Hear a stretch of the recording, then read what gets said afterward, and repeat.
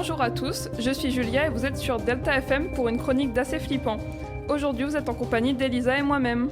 Bonjour, nous sommes le chemin podcast de l'ACF Assez Flippant, qui se concentre sur les raisons derrière la peur et pourquoi les films d'horreur fonctionnent aussi bien.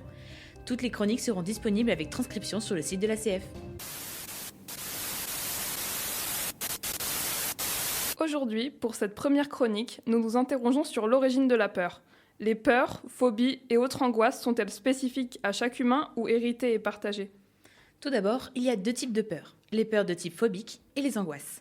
Nous nous concentrerons sur les premières car les secondes ne sont pas forcément déclenchées par quelque chose de précis. Les phobies ont plusieurs origines. Premièrement, la mémoire participe beaucoup à la formation de celle-ci, mais les peurs héritées de nos ancêtres aussi. Les phobies se forment lorsqu'on appréhende une situation telle qu'une rencontre avec une araignée ou un serpent.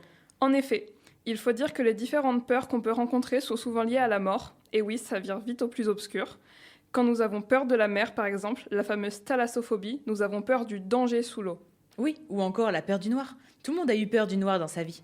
En fait, on a plus peur de ce qui pourrait s'y cacher. Si on demandait à un enfant, il ne serait peut-être pas capable de dire exactement de quoi il a peur.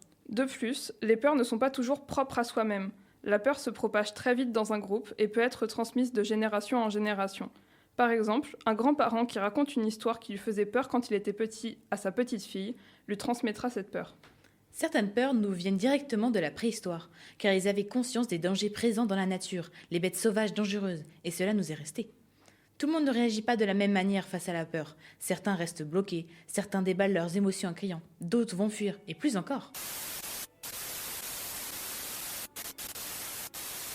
C'est la fin de cette première chronique. Nous espérons que vous l'avez appréciée. Merci de nous avoir écoutés et à la prochaine pour que nous nous fassions peur de nouveau.